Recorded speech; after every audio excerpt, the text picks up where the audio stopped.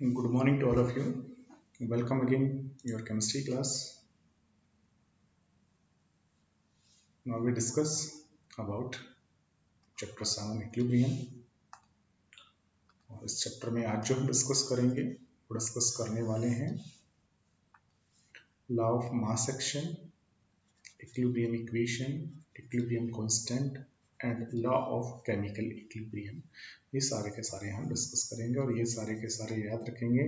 Very very important topics हैं इस chapter के हिसाब से और आगे के चैप्टर्स के लिए भी।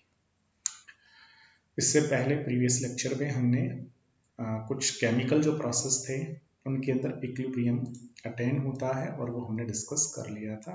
आज हम पढ़ेंगे law of mass action, that is very important. Sorry, law of mass action सबसे पहले किसने प्रपोज्ड किया? तो देखिएगा, लॉ ऑफ मास एक्शन जो है बेटा, that proposed by Guldberg and Waage, so also known as Guldberg and Waage law. Guldberg और वागे ने प्रपोज किया, इसलिए इसको हम गुलबर्ग एंड वागे लॉ भी कहते हैं। क्या कहता है ये law? Rate of chemical reaction, कोई भी केमिकल रिएक्शन जो होती है उसका जो रेट होता है वो डायरेक्टली प्रोपोर्शनल होता है किसके? प्रोडक्ट ऑफ द एक्टिविटीज और कंसंट्रेशन ऑफ द रिएक्टेंट के। किसी भी रिएक्शन का जो रेट होता है वो डायरेक्टली प्रोपोर्शनल होता है रिएक्टेंट जो होते हैं उनकी कंसंट्रेशन के या उनकी एक्टिविटीज के। मान लीजिए कोई कंटेनर, उस कंटेनर में कोई रिएक्टेंट है ए और वो प्रोडक्ट में कन्वर्ट हो रहा है, तो इस रिएक्शन का जो रेट होता है वो डायरेक्टली प्रोपोर्शनल होता है किसके? ये जो ए है ना, इस ए की कंसंट्रेशन के। या फिर किसके प्रोपोर्शनल तो होता है सीधा का सीधा, ए जो है ना इस ए की एक्टिविटी के, एक्टिविटी ऑफ ए की एक्टिविटी के।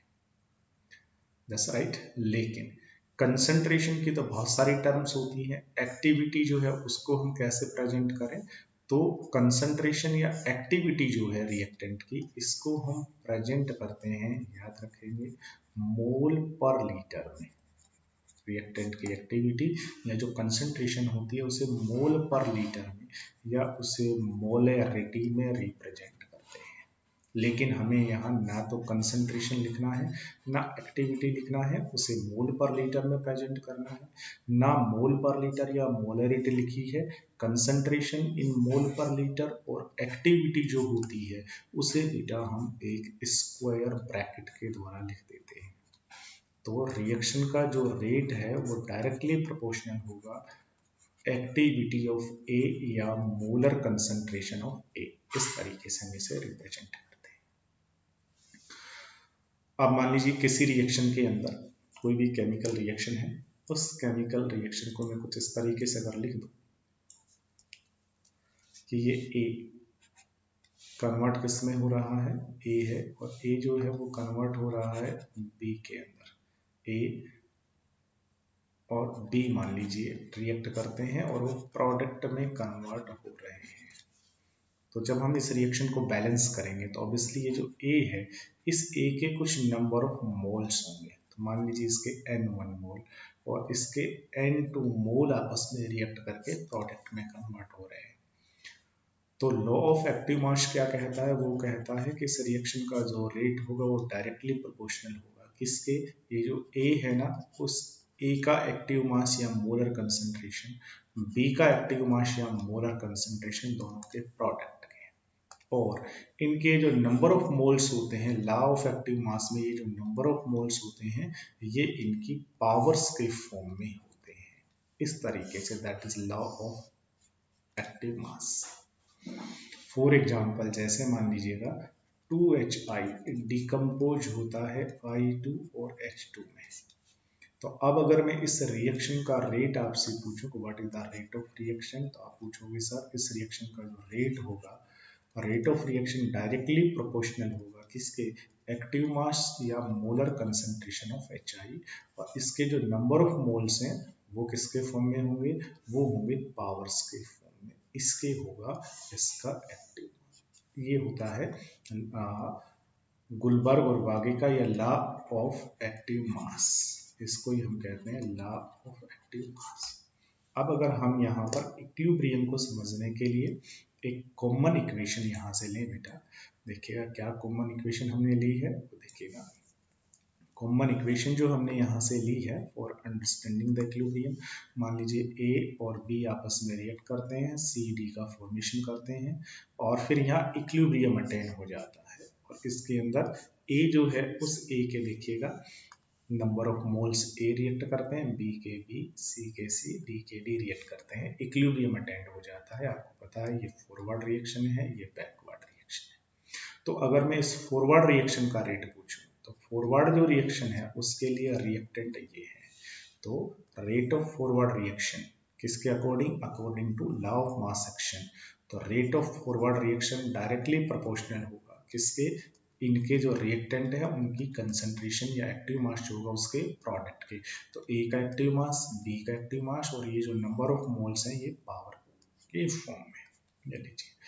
ऐसे ये जो बैकवर्ड रिएक्शन, अगर मैं इसका रेट पूछूं, रेट ऑफ रिवर्स रिएक्शन या बैकवर्ड रिएक्शन, इसका जो रेट होगा बैकवर्ड रिएक्शन के लिए ये दोनों रिएक्टेंट है, ठीक है ना, तो वो डायरेक्टली प्रोपोर्शनल होगा रेट ऑफ रिवर्स रिएक्शन या बैकवर्ड रिएक्शन, वो होगा active mass of C and D और इनके ये नंबर ऑफ मोल्स जो कि पावर के फॉर्म में होंगे, ये लीजिए, ठीक है। अब यहाँ से देखिएगा, यहाँ से अगर हम ये रेट ऑफ फॉरवर्ड रिएक्शन है, ये रेट ऑफ बैकवर्ड रिएक्शन है, अब अगर हम यहाँ से प्रोपोर्शनल के साइन को हटा दें, तो आपको पता है प्रोपोर्शनल को हटाएंगे तो हमें यहाँ पर एक कांस्टेंट यूज करना पड़ेगा, तो यहाँ से हमने जो कांस्टेंट यूज किया, तो rate of forward reaction, proportional को हटाया इक्वल और एक कांस्टेंट हमने लगा दिया है के एफ, ए की पावर ए, बी की पावर बी, ये आपका हो गया है law of mass active. Same ऐसा ही यहाँ से इसको हमने कन्वर्ट कर दिया इसमें। अब आपको पता है जब इक्विलिब्रियम अटेन होगा तो फॉरवर्ड रिएक्शन और बैकवर्ड रिएक्शन दोनों का रेट इक्वल हो जाएगा, तो फॉरवर्ड रिएक्शन का रेट और बैकवर्ड रिएक्शन का रेट इक्वल हो जाएगा। एट इक्विलिब्रियम क्या होता है, rate of forward reaction become equal with rate of backward reaction. दोनों की वैल्यूज को रख दीजिएगा, दोनों की वैल्यू को जब आप रखेंगे, फॉरवर्ड रिएक्शन का रेट क्या है आपका, ये है, क्या आने वाला है यहाँ से आने वाला है के F concentration of A power A into concentration of B power B equal किसके हो जाएगा, बैकवर्ड रिएक्शन का रेट। बैकवर्ड रिएक्शन का रेट क्या है, के आर या के बी कह सकते हैं, ठीक है, C का कंसंट्रेशन पावर C, D का कंसंट्रेशन पावर D।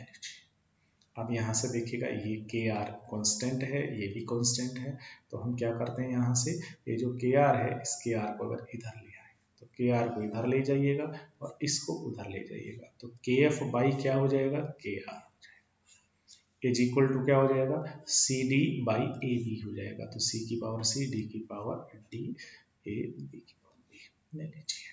अब यहाँ से देखिएगा के एफ जो है वो एक कांस्टेंट है, के आर एक कांस्टेंट है, और इन दोनों कांस्टेंट का जो रेशियो है वो एक अनदर कांस्टेंट होगा, और ये जो अनदर कांस्टेंट है इस कांस्टेंट को हम क्या कहते हैं, के सी कह देते हैं, या बहुत बार इसे केवल के से भी लिख देते हैं। और ये जो के आ गया है इसको हम कहते हैं equilibrium constant, that is equilibrium constant. In the earliest days of chemistry, concentration was called active mass। समझ गए हो, जो concentration होती थी मोल पर लीटर में उसी को एक्टिव मास कहा जाता था। ये जो ब्रैकेट में जो हमने लिखे हैं स्क्वायर ब्रैकेट में, ये क्या है, इक्विलिब्रियम अटेन होने के बाद उनकी कंसंट्रेशंस है रिएक्टेंट एंड प्रोडक्ट की, और के जो आपका आ गया है इसी को हम कहते हैं इक्विलिब्रियम कांस्टेंट। आपसे ये डेरिवेशन भी पूछा जा सकता है कि इक्विलिब्रियम कांस्टेंट को डेरिवेट कीजिए। अब ये जो इक्वेशन आपकी बन गई है इस तरीके की, इस इक्वेशन को हम क्या कहते हैं, इक्विलिब्रियम इक्वेशन कहते हैं, दैट इज इक्विलिब्रियम इक्वेशन। तो के सी जो था वो हमारा के ही है एक्चुअल में, अभी हम बात करेंगे इसको, के सी हमने क्यों लिखा है, equilibrium constant is equal to क्या हो गया, इज इक्वल टू हो गया सी और डी की कंसंट्रेशन एंड पावर्स और ए एंड बी की concentration and powers, that's right. ये लीजिए, this expression is also known as equilibrium equation. इसको ही हम क्या कहते हैं, इक्विलिब्रियम इक्वेशन कहते हैं। तो इस इक्विलिब्रियम इक्वेशन को मैं एक कॉमनली ऐसे लिख सकता हूं कि इक्विलिब्रियम कांस्टेंट, कॉमनली इसको मैं ऐसे लिख, देखिएगा, इसको कॉमनली मैं ऐसे लिख सकता हूँ कि इक्विलिब्रियम कांस्टेंट जो हमारा आया है, जिसको फिलहाल मैं के से या के सी से मैं लिख रहा हूँ, या तो के से लिख रहा हूँ या के सी से लिख रहा हूँ, ठीक है। ये इक्वल होगा किसके, ऊपर जो लिखा गया है आपको याद होना चाहिए सी डी, और सी और डी क्या है, सी और डी है प्रोडक्ट, और नीचे जो लिखा गया है वो लिखा गया है ए बी, जो कि क्या है, रिएक्टेंट। तो प्रोडक्ट के जो एक्टिव मास है वो, और उनका नंबर ऑफ मोल्स जो कि पावर के फॉर्म में हो गया था, और रिएक्टेंट नीचे आया है, उनके नंबर ऑफ मोल्स जो कि पावर के फॉर्म में हो गए हैं। इस तरीके से हम इक्विलिब्रियम कांस्टेंट को लिख सकते हैं। आगे देखिएगा, ये जो इक्विलिब्रियम कांस्टेंट होता है इसको देखना, the expression on the right side is called equilibrium constant expression, that's right. The equilibrium equation is also known as law of mass action. इसी इक्वेशन को हम क्या कहते हैं, लॉ ऑफ मास इक्वेशन कह देते हैं, लॉ ऑफ मास इक्वेशन। अब देखिएगा, यहाँ जो हम लिख रहे हैं के, इक्विलिब्रियम कांस्टेंट, ये जो के है बेटा, एक्चुअल में ये दो टाइप का होता है। कौन कौन से दो टाइप का होता है इक्विलिब्रियम कांस्टेंट, एक के सी होता है और एक के पी होता है। दो टाइप का होता है इक्विलिब्रियम कांस्टेंट, के सी और के पी। अभी जो हमने लिखा है ये हमने के सी लिखा है, और अब हम बात के पी की करेंगे। के पी कब काम में लेना है, कैसे काम में लेना है, देखिएगा, द सब स्क्रिप्ट सी जो आप लगा रहे हो के साथ में, indicate the concentration of reactant and product are taken in mole per litre. ये जो सी आप लगा रहे हो, ये सी का मतलब कंसंट्रेशन है रिएक्टेंट और प्रोडक्ट की, जो कि मोल पर लीटर में होगी, ठीक है। लेकिन क्या होता है, जरूरी तो नहीं है कि जो इक्विलिब्रियम अटेन हुआ, रिएक्टेंट आपके पास प्रेजेंट है, प्रोडक्ट आपके पास प्रेजेंट है, जरूरी तो नहीं है कि वो लिक्विड और सॉलिड ही हो, वो गैसियस भी हो सकते हैं। जब रिएक्टेंट प्रोडक्ट गैसियस होंगे, इसका मतलब आपका गैसियस इक्विलिब्रियम जब होगा, तो उस समय फिर हम कंसंट्रेशन जो है उसको पार्शियल प्रेशर के फॉर्म में रिप्रेजेंट करते हैं। कंसंट्रेशन को किसके फॉर्म में, पार्शियल प्रेशर के फॉर्म में रिप्रेजेंट करते हैं। और जब कंसंट्रेशन को प्रेशर के फॉर्म में लिखोगे तो फिर हमें इक्विलिब्रियम कांस्टेंट के पी लिखना पड़ेगा। तो के सी और के पी दो टाइप का होगा, सी for concentration mole per litre में, और के पी का मतलब है यहाँ कंसंट्रेशन आपने पार्शियल प्रेशर के फॉर्म में रिप्रेजेंट की है। If concentration are taken in term of partial pressure, और वो किसके लिए होगा, इफ गैसेज आर इन्वॉल्व हैं, तो equilibrium constant is expressed in term of Kp। अब Kp इज इक्वल टू क्या होगा, तो इस Kp इज इक्वल टू को हम यहां से समझ सकते हैं, क्या होगा Kp इज इक्वल टू, देखिएगा Kp इज इक्वल टू मैं ऐसा इसे लिख सकता हूं, मान लीजिए ये कंटेनर, और इस कंटेनर में वही ए और बी आपस में रिएक्ट कर रहे हैं, और सी और डी आपका यहाँ से बन रहा है। अब अगर ये गैसियस हैं सारे के सारे, ठीक है ना, तो इसके नंबर ऑफ मोल्स हैं ए, इसके हैं बी, इसके सी और इसके डी। तो यहाँ से A B gaseous, B B gaseous, C भी गैसियस, डी भी गैसियस। तो अब जो इक्विलिब्रियम कांस्टेंट है उसे के पी लिखूंगा, के पी इज इक्वल टू क्या होगा, तो आपको पता है प्रोडक्ट ऊपर आएंगे, तो मुझे लिखना पड़ेगा सी, प्रोडक्ट है, बट ये जो सी का कंसंट्रेशन उसे मैं पार्शियल प्रेशर के फॉर्म में लिखूंगा, तो मुझे पीसी लिखना है। पीसी का मतलब है पार्शियल प्रेशर ऑफ सी, और इसके जो नंबर ऑफ मोल्स हैं वो कहां पर आएंगे, वो आएंगे ऊपर। ऐसे ही डी मुझे लिखना पड़ेगा, तो डी जो है उसका मैं प्रेशर यहाँ पर मेरे पास में है, तो कंसंट्रेशन को प्रेशर के फॉर्म में लिखूंगा, पार्शियल प्रेशर ऑफ डी, और नंबर ऑफ मोल्स ऊपर आ जाएंगे। सेम ऐसे ही ए बी, तो partial pressure of A, number of moles ऊपर, और partial pressure of B, number of moles. इस तरीके से मैं इक्विलिब्रियम कांस्टेंट जो है उसको कैलकुलेट करूंगा या लिख सकता हूँ। तो इक्विलिब्रियम कांस्टेंट के दो टाइप का, के सी एंड के पी। सी कंसंट्रेशन के लिए मोल पर लीटर में, और पी जो है वो कंसंट्रेशन को पार्शियल प्रेशर के फॉर्म में रिप्रेजेंट करेंगे, तब के लिए होगा। चलिए, इक्विलिब्रियम लॉ और लॉ ऑफ केमिकल इक्विलिब्रियम। अब आगे देखिएगा, अभी तक तो हमने लॉ ऑफ मास एक्शन पढ़ा था या लॉ ऑफ एक्टिव मास पढ़ा था। अब आता है इक्विलिब्रियम लॉ, इक्विलिब्रियम लॉ और लॉ ऑफ केमिकल इक्विलिब्रियम। देखिएगा, Kc इज इक्वल टू हमने पढ़ा है concentration of CND/AB, it means concentration of product और उनके नंबर ऑफ मोल्स और कंसंट्रेशन ऑफ रिएक्टेंट और उनके नंबर ऑफ मोल्स। ठीक है, चलिएगा। At a given temperature the product of concentration, ये जो प्रोडक्ट है ना, ये जो प्रोडक्ट है, इन प्रोडक्ट की कंसंट्रेशन का जो प्रोडक्ट होगा, मल्टीप्लीकेशन जो आएगा वो ये वाला, ठीक है, complete value of the reaction product raised to the respective stoichiometric coefficient in the balanced chemical equation divided by the product of concentration of reactant raised to the individual stoichiometric coefficient has a constant value। तो ये और ये दोनों के दोनों को जब हम डिवाइड कर देते हैं एक दूसरे से तो वो एक कांस्टेंट वैल्यू निकल करके आती है। This is known as equilibrium law और law of chemical equilibrium.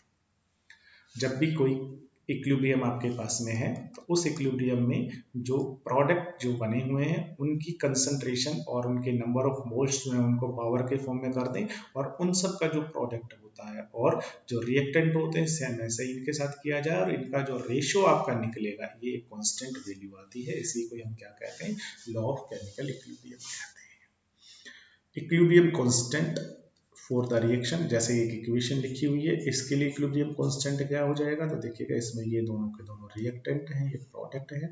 Equilibrium constant Kc is equal to product, ऊपर लिखोगे प्रोडक्ट कौन है, NO और वाटर, तो NO का एक्टिव मास, वाटर का एक्टिव मास और इसके नंबर ऑफ मोल्स को कहाँ लिखना है, पावर के फॉर्म में, इसके पावर के फॉर्म में। रिएक्टेंट को नीचे लिखोगे और नंबर ऑफ मोल्स को पावर के फॉर्म में लिखोगे, that is equilibrium constant Kc आ जाएगा। While writing expression for the equilibrium constant symbol for phases, ठीक है ना, solid liquid gas aqueous are generally ignored. तो जनरली हम इनको क्या कर देते हैं, इक्विलिब्रियम कांस्टेंट जब हम लिखते हैं तो वहां तो हमने लिखा है बट यहाँ पर हम नहीं लिखते हैं क्योंकि इनका कोई यूज नहीं होता। एक छोटा सा यूज होगा तो हम बात करेंगे आगे क्या होता है। नेक्स्ट देखिएगा, equilibrium constant for the reaction. अब यहाँ से आप देख लीजिएगा, ये एक आपका इक्विलिब्रियम लिखा हुआ है, H2 gas, I2 gas, 2HI gas बनी है, तो यहाँ से Kc कैलकुलेट कर सकते हैं। Kc is equal to this is product, these are reactant, product ऊपर आएगा, HI ऊपर लिखना पड़ेगा, कंसंट्रेशन मोल 2 है तो पावर 2, H2 रिएक्टेंट है नीचे, नंबर ऑफ मोल्स 1 है तो पावर तो 1 हमेशा ही रहेगी, I2 नीचे पावर 1 हमेशा ही रहेगी, ठीक है। और इन दोनों की वैल्यू जो है वो एक कांस्टेंट ही होती है, इसको हम क्या कहते हैं, Kc कहते हैं। Kp लिखना है तो कैसे लिखेंगे Kp, क्योंकि गैसियस है ना, तो Kp इज इक्वल टू क्या हो जाएगा, partial pressure of HI, that's right, और power 2 upon partial pressure of H2 power 1 और पार्शियल प्रेशर ऑफ I2, ये लीजिए that is Kp। The equilibrium constant for the reverse reaction, अगर हम इसी इक्विलिब्रियम को उल्टा लिखते हैं, उल्टा कैसे लिखते हैं कि अगर हमने HI लिया हो और फिर अगर हम इक्विलिब्रियम अटेंड कर लें तो ये हो गया। अब इसका इक्विलिब्रियम कांस्टेंट निकालिएगा तो अब ये दोनों प्रोडक्ट हैं, ये रिएक्टेंट है, ठीक है ना। तो अब की बार क्या आ जाएगा आपके पास, नया इक्विलिब्रियम कांस्टेंट आ गया, उसको मैंने Kc के बजाय क्या कह दिया, Kc डैश कह दिया। Kc dash is equal to ये लीजिए। अब इन दोनों में क्या रिलेशन होगा, दोनों में रिलेशन क्या होगा, दोनों में रिलेशन देख लीजिए क्या हो जाएगा, दोनों में रिलेशन हो जाएगा कि यहाँ से अगर मैं इसको रिवर्स कर दूँ, इसको रिवर्स करूंगा तो देखिएगा क्या आ जाएगा, रिवर्स करूंगा तो Kc के अपॉन 1 लगा लो, इसको रिवर्स कर दो तो दोनों साइड से रिवर्स करूंगा तो ये क्या हो जाएगा, ये मेरे पास में हो जाएगा 1/Kc is equal to H2 का कंसंट्रेशन, I2 का कंसंट्रेशन अपॉन HI का एक्टिव मास पावर, ये हो जाएगा। और बताइए ये पूरा का पूरा जो है, देखिएगा ये पूरा किसके इक्वल होता है, Kc डैश के इक्वल होता है ना, या इस पूरे की जगह हम 1/K से लिख सकते हैं, तो ये जो पूरा का पूरा इसके भाई हम क्या लिख सकते हैं, 1/K से लिख सकते हैं। तो Kc dash is equal to क्या होता है, 1/Kc। कहने का मतलब हुआ कि जब भी हम किसी इक्विलिब्रियम को उल्टा लिख देंगे, equilibrium constant for the reverse reaction उल्टा अगर हमने लिख दिया है तो नया जो इक्विलिब्रियम कांस्टेंट आता है वो पुराने का क्या होता है, रेसिप्रोकल होता है। Reverse reaction is inverse for the equilibrium constant for the reaction in the forward direction. दोनों क्या होते हैं, एक दूसरे के रेसिप्रोकल होते हैं या इनवर्स होते हैं, नया जो आएगा, ठीक है। ये स्टोक्यो रिएक्शन को हमने लिखा है उसके साथ रिलेशन हो गया है। अब देखिएगा नया क्या है, नया भी सुनना और समझना है। अगर मैं उसी इक्विलिब्रियम को हाफ कर दूं, वो जो स्टॉक इक्विलिब्रियम लिखा था उसी को मैंने क्या कर दिया, हाफ कर दिया। ठीक है, मान लीजिए पहले क्या कर रहा था मैं, पहले H2 और I2 था, दोनों का 1 मोल लिया था, और 2 क्या बन रहा था, HI बन रहा था। अब अगर मैं कहूँ नहीं, अगर मैं इसका हाफ लूँ, इसका भी हाफ लूँ, तो ये भी हाफ ही बनेगा, हाफ का मतलब ये 1 हो जाएगा।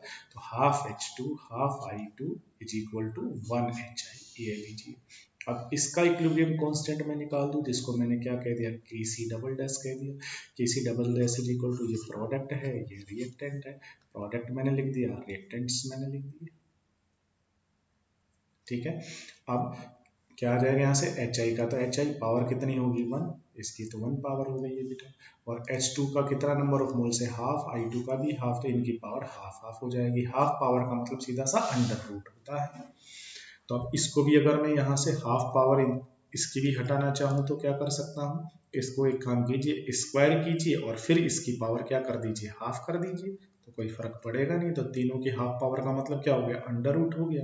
तो क्या बन गया, ये आपका बन गया है यहाँ से कि जो Kc डबल डैश है वो बराबर हो गया किसके, HI का स्क्वायर, यहाँ से देखिएगा, अपॉन H2 की कंसंट्रेशन, I2 की कंसंट्रेशन, पूरे का हो गया अंडर रूट। और आपको पता है ना, ये वाली जो वैल्यू है, ये पूरी की पूरी किसके बराबर थी, ये बराबर थी उसके Kc के बराबर, वहां देखिए। ठीक है ना, तो इस पूरे की जगह हम Kc लिख सकते हैं। तो जो Kc डबल डैश आया, तो ये Kc के अंडर रूट के बराबर आ गया, दैट्स राइट। तो Kc डबल डैश जो था वो Kc के अंडर रूट के इक्वल आ गया। ठीक है, अब अगर मैंने हाफ किया है, अगर मैं इसको 4 से मल्टीप्लाई कर दूं, हमारी बात समझे, 4 से मल्टीप्लाई कर दूं या किसी n से मल्टीप्लाई कर दूं, n से, अब वो हाफ भी हो सकता है, ठीक है ना, या कुछ और भी हो सकता है। n से अगर मैंने मल्टीप्लाई कर दिया तो नया जो इक्विलिब्रियम कांस्टेंट आएगा, वो इक्विलिब्रियम कांस्टेंट क्या हो जाएगा, पावर n ही हो जाएगा। तो जब भी मैं किसी इक्विलिब्रियम को किससे मल्टीप्लाई कर दूंगा, किसी भी n नंबर से मल्टीप्लाई कर दूंगा, तो नया जो इक्विलिब्रियम मेरे पास में आएगा वो पुराना जो इक्विलिब्रियम था उसकी पावर n हो जाएगा। बस सीधा सा रिलेशन आ गया। अगर मैंने इसको डबल किया है, डबल डबल कर दूं, अगर मैं इसका 2, इसका भी 2, और ये कितना हो जाएगा, फिर 4 हो जाएगा। तो जो नया इक्विलिब्रियम आएगा वो पुराने वाले का पावर 2 होगा। अगर मैंने हाफ हाफ कर दिया है, तो देखिए हाफ से मल्टीप्लाई किया ना, हाफ, तो नया जो इक्विलिब्रियम मेरे पास में आया है वो पुराने का हाफ हो जाएगा, अंडर रूट हो जाएगा। तो मान लीजिए ये एक इक्विलिब्रियम है, इक्विलिब्रियम कांस्टेंट Kc। अब मैंने इसको रिवर्स लिख दिया है, तो नया जो इक्विलिब्रियम आ रहा है वो क्या होगा, उसका रेसिप्रोकल आ जाएगा। इसको मैंने किसी भी n से मल्टीप्लाई कर दिया है, तो नया जो इक्विलिब्रियम आएगा वो उसकी पावर n के मल्टीप्लाई में आ जाएगा। तो ये कॉमन रिलेशंस हैं जो कि उसके स्टोइकियोमेट्रिक रिलेशन पर या फिर किसी भी इक्विलिब्रियम को किस तरीके से हम प्रेजेंट कर रहे हैं, कैसे लिख रहे हैं, उस पर डिपेंड करता है। अब आता है हमारा एक छोटा सा क्वेश्चन जो कि आपकी एनसीईआरटी की प्रॉब्लम है, जो कि आपको सॉल्व करनी आनी चाहिए। क्या कहता है, समझ लीजिएगा। The following concentration were obtained for the formation of ammonia from N2 and H2 at equilibrium at 500 kelvin temperature. आपने क्या किया है, एक कंटेनर लिया, उस कंटेनर के अंदर आपने नाइट्रोजन डाला, हाइड्रोजन आपने डाला, ठीक है। इसके 1 मोल, आपको पता है नाइट्रोजन के 1 मोल, हाइड्रोजन के 3 मोल रिएक्ट करते हैं, अमोनिया का फॉर्मेशन हो जाता है, बैलेंस इक्वेशन हो गई है। अब वो कहता है कि 500 केल्विन टेम्परेचर हमें लगाया हुआ है।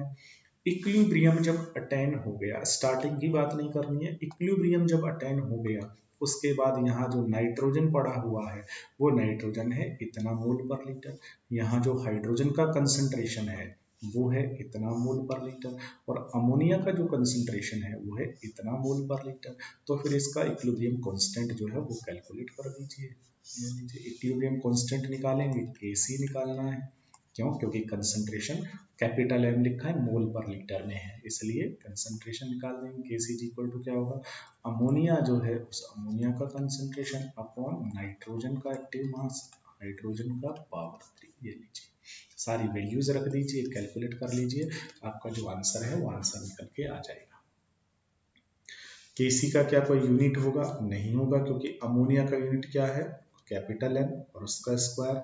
इसका भी कैपिटल एन, इसका भी कैपिटल। हाँ, इसका यूनिट होगा, केसी का यूनिट हम कैलकुलेट कर सकते हैं भाई, इसका भी कैपिटल एन, कैपिटल एन, लेकिन यहाँ इसका जो है वो क्या है? पावर 3 है। तो देखिएगा नेट यूनिट क्या आ जाएगा आपका? ऊपर एम स्क्वायर, नीचे एम, और एम की पावर 3 हो जाएगा। ठीक है ना? तो यहाँ से एम से एम की पावर 2 से एम की पावर 2 डिडक्ट हो जाएगा, तो 1/m² जो है वो इसका नेट यूनिट बनाना चाहें तो आ जाएगा 1/मोल, मोल पर लीटर है और उसका स्क्वायर आ जाएगा। ठीक है ना? इस तरीके से यूनिट भी बना सकते हैं। चलिए,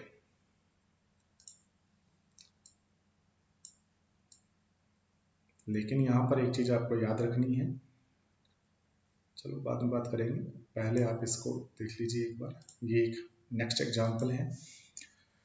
एट इक्विलिब्रियम, इक्विलिब्रियम पर क्या होगा? द कंसंट्रेशन, नाइट्रोजन का कंसंट्रेशन है, ऑक्सीजन का कंसंट्रेशन है, NO का कंसंट्रेशन भी है। इन ए सील्ड वेसल 800 केल्विन टेम्परेचर पर Kc कैलकुलेट करना है। रिएक्शन है N2 + O2 = 2NO। ये लीजिए क्या बनेगा? Equilibrium constant Kc = product NO है ना, NO नंबर ऑफ मोल्स कहाँ चले जाएंगे? पावर के फॉर्म में, N2O2 नीचे आ जाएगा। ये लीजिए दोनों की कंसंट्रेशन आपको दी हुई है, कैलकुलेट कर दीजिएगा। तो इस तरीके से हम इक्विलिब्रियम कांस्टेंट को कैलकुलेट कर सकते हैं। तो देखिएगा इस लेक्चर में हमने क्या क्या अंडरस्टैंड किया है। ये जो लेक्चर है बेटा, इस लेक्चर में हमने सीखा है किस किस के बारे में। इस लेक्चर में हमने सबसे पहले पढ़ा था लॉ ऑफ मास एक्शन के बारे में, गुलबर्ग और वागे ने दिया।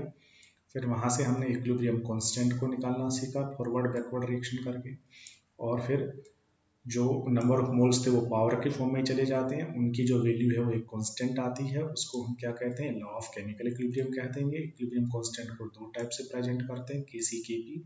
Kc में कंसंट्रेशन लिखी जाती है और Kp में जब कंसंट्रेशन को हम पार्शियल प्रेशर के फॉर्म में लिखते हैं। फिर हमने उसका जो इक्विलिब्रियम कांस्टेंट है उसको हमने देखा कि अगर रिवर्स लिखेंगे तो वैल्यू रिवर्स हो जाती है, और जब भी हम उनके स्टोइकियोमेट्रिक कोएफिशिएंट को चेंज कर देते हैं तो फिर जो नया इक्विलिब्रियम कांस्टेंट है वो क्या हो जाता है? चेंज हो जाता है। ठीक है, मल्टीप्लाई करें चाहे डिवाइड करें तो वो उसकी पावर n के फॉर्म में चेंज हो जाता है। That's right. Okay, thank you.